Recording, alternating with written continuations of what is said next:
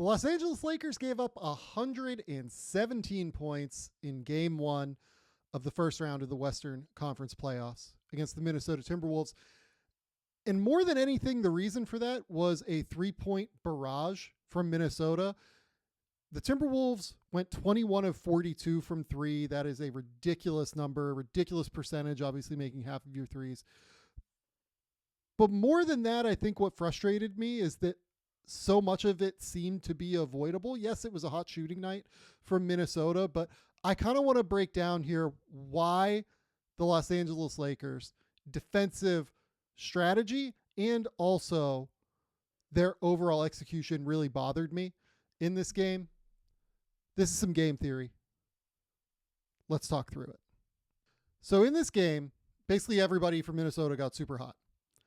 Jaden McDaniels made 3 of 3 from three. Julius Randle drilled 4 threes. I mean, God, that's pretty wild. He shot it well recently, but you know, anytime Randle's going 4 of 6 from three, you've got some problems on your hands. Naz Reid was really the main contributor. He goes 6 of 9 from three. Ant goes 4 of 9 from three as well. But the bigger issue for the Lakers, in my opinion, kind of started at the point of attack. The Lakers don't have a great answer to guarding Anthony Edwards. Between Austin Reeves, Luka Doncic, you really want LeBron probably on Randle because he's a bigger body that you can throw on Randle in the post. You know, Rui Hachimura. The best answer is Dorian Finney-Smith, but Dorian Finney-Smith by and large has dealt better with bigger bodies as opposed to Ant, who's a very flexible, coordinated, explosive athlete, obviously. And more than that, the Lakers decided to switch almost everything, both off the ball and on the ball. It felt like when Ant was getting the ball to go into a screening action, he already had the mismatch that he wanted because the Timberwolves found different ways to be able to get him onto the player that they wanted. A lot of the time it ended up being Austin Reeves. It felt like where Ant's ability to just be explosive and powerful can kind of go through Reeves in some respect. So I want to kind of break down a little bit of tape though on more than even the strategy, which I thought was wrong. If I was the Lakers, I would be probably sending 2 to the ball more consistently when Ant goes into an on-ball action like a ball screen. I think it would make sense to probably not play Jackson Hayes as much and instead go a little bit smaller consistently. It felt like Hayes was a little bit off of his line consistently whenever he went up to play at the level. I think they could really just kind of go smaller. If Rui's guarding the big man, Rui shows, blitz the ball handler, make Anthony Edwards, who's not a great decision maker consistently, make harder decisions and get rid of the ball and make the other Timberwolves beat the Los Angeles Lakers. But what I want to go into is actually the tape. I just want to kind of talk through what I saw in this game from an execution perspective more than anything that bothered me, because there was just a lot of random same side help. I saw that, Nekias Duncan, Steve Jones over on the Old Man in the 3 channel had Trey Murphy on, and Tommy Alter was kind of asking, how do we stop Naz Reid from being able to go off in the way that he did? And Trey Murphy just like raised his hand, just said, guard him. Honestly, I laughed my ass off when I saw that because it rang true, as we're going to kind of go into as we talk through the tape here. It was very funny just to see Trey Murphy just go, yeah, guarding him would be good, because as you're going to see as we break down this tape, it just didn't happen enough. Okay, so first one here near the end of the first quarter, Anthony Edwards bringing the ball up the court.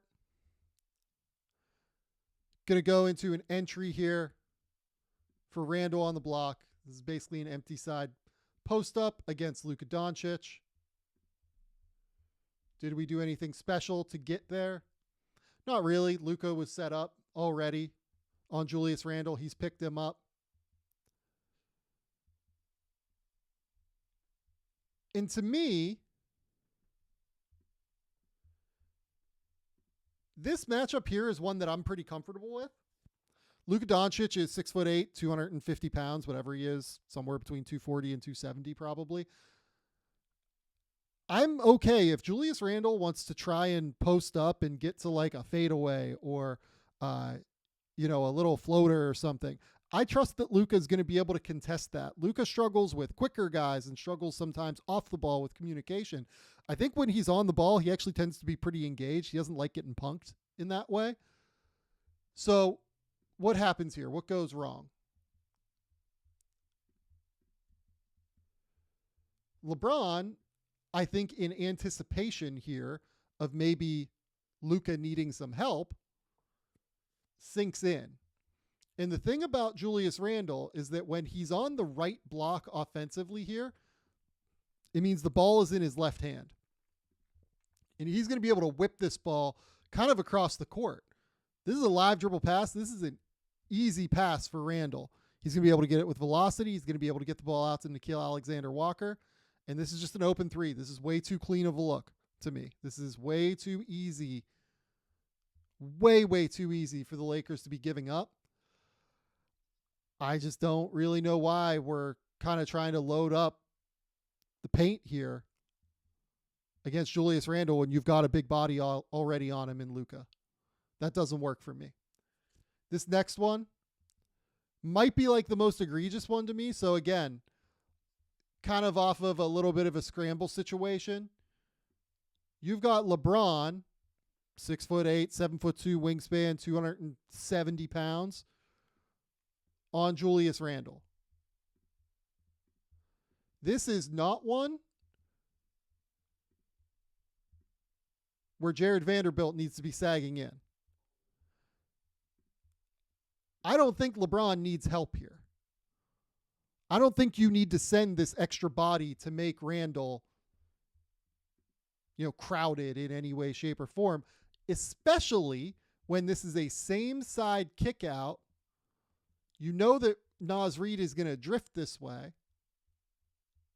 This is a same side kick out off of the left hand, which we just talked about with Randle, where he's excellent off of a live dribble. And he just gets this ball out to Naz Reid. And this is a wide open three. Again, this is way too clean of a look. And when Trey Murphy says guard him, let's just guard him. Naz Reid's way too good of a shooter to leave wide open like this in favor of doubling Julius Randle when you've already got LeBron James on him. This doesn't work for me. From a strategy perspective, this does not work for me. This one now. You've got Dorian Finney-Smith guarding Anthony Edwards. And you see here, Luka gets frustrated with this one because he doesn't understand, why are we preemptively sagging into the paint on this drive? So this is Julius Randle against Luka. Luka's got his body here. He bumps him. But look at where Rui is already. Rui is anticipating having to help.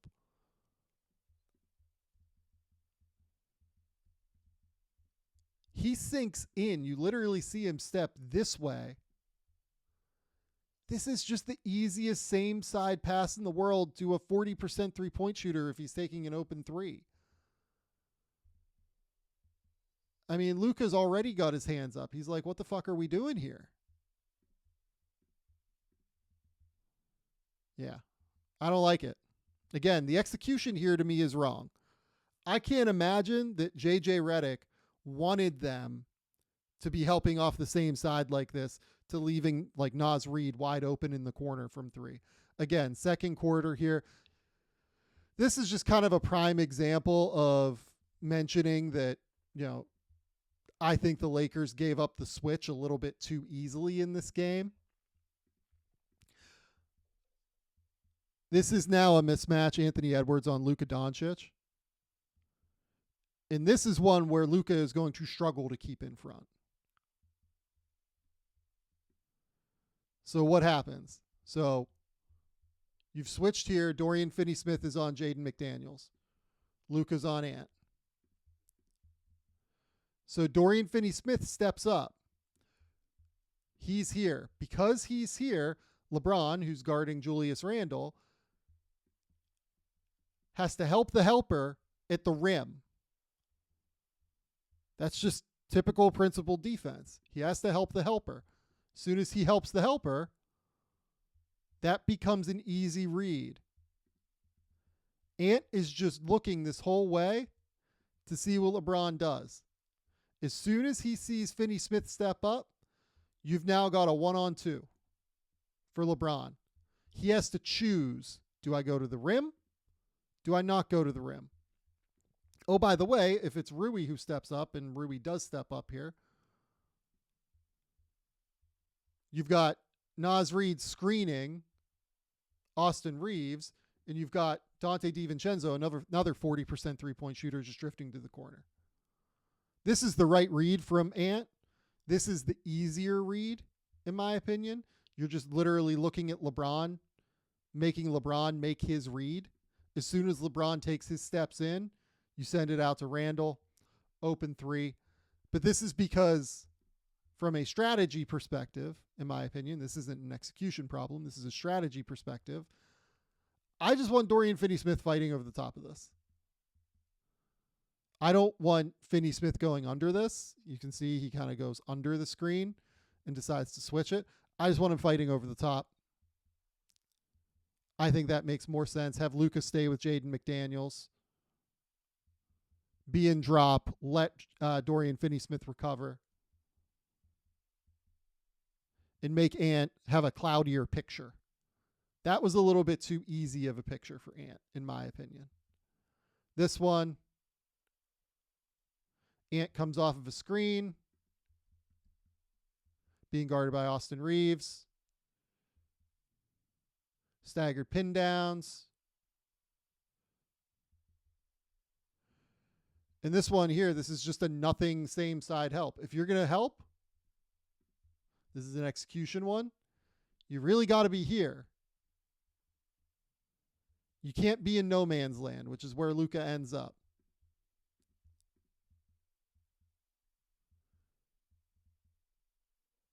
He gets out for like a decent closeout, but again, that's a clean look to me.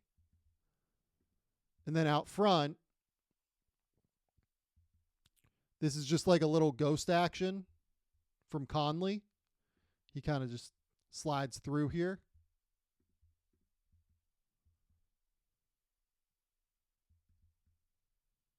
Ant's just too quick for these guys.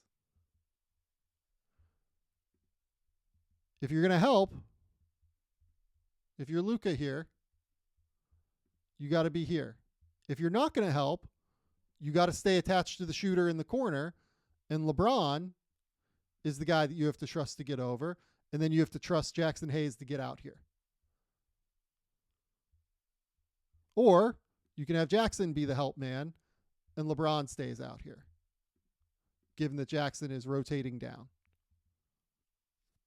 You can do it a few different ways. It just can't be what Luka did here. This is execution-based stuff to me. So this one, Dante comes off of a little screen.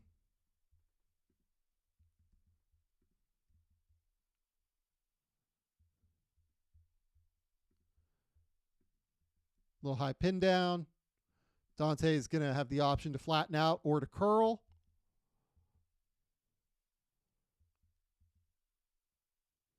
He throws the little pump fake pass here to get Jared Vanderbilt's hand up to get his momentum stopped there.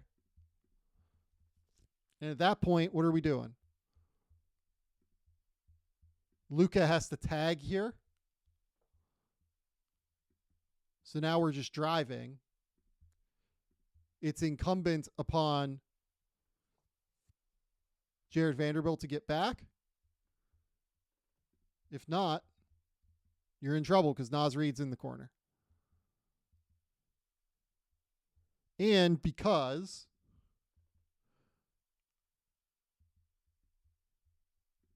of this little dig down in from Gabe Vincent, Dorian Finney-Smith is already responsible for guarding two here momentarily. If Gabe Vincent doesn't dig down here, say Vincent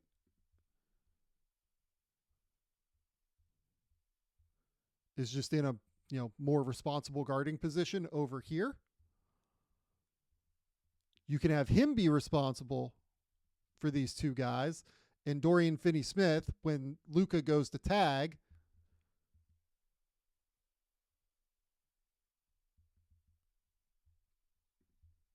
can start an earlier X out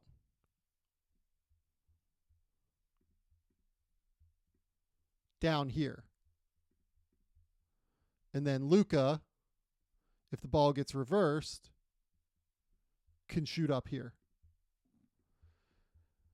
I just don't love much here. I think the Lakers are being very over aggressive, trying to dig into lanes that just aren't there. I think they're making it harder on themselves. Now you've got Luka on Ant.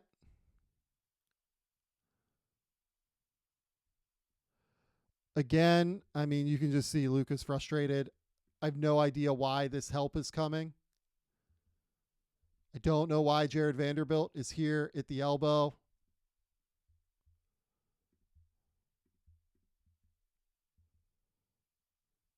I don't think he really has any idea what's going on the backside. Let me rephrase. I understand why he's at the elbow, but he has to be able to keep track of what's going on the backside. He is way too engaged here. They're basically sending two at Ant without LeBron really knowing what's going on. This is like almost a freelance to me from Jared Vanderbilt. And you can just see that Luka is again just like, what's going on? There's just no real defensive cohesion right now.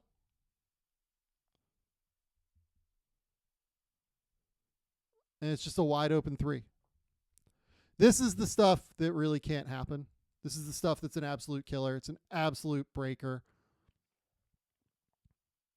It's the stuff that will absolutely cause you all sorts of problems in regard to stopping the Minnesota Timberwolves from getting open threes. I think the Lakers made it easy on Minnesota in this game. Minnesota deserves a ton of credit. Their guys made shots. I think Anthony Edwards had a great game. I think that the Lakers made it way too easy on them. That's the kind of stuff that can't happen. You can't give them free points. If you give them free points, that's when it becomes too easy.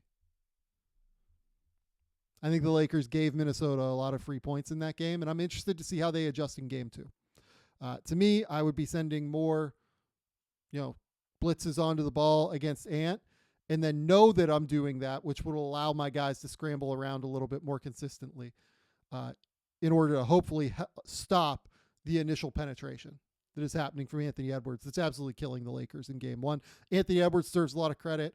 The guys like Jaden McDaniels, Julius Randle, Dante DiVincenzo, certainly Naz Reid, they deserve an immense amount of credit. I do think that this one in game one, in my opinion, was more about the Lakers not doing what they were supposed to do as opposed to Minnesota, in addition to Minnesota doing its job. I think it's more of an in addition to as opposed to in addition to Minnesota doing its job. If the Lakers play like they did in game one, they probably have no chance to win that game in game two. But before we get to game two, we got to shout out our friends at PrizePicks. PrizePicks is the best place to give real money sports action with over 10 million members and billions of dollars in awarded winnings. PrizePicks has made daily fantasy sports accessible to all.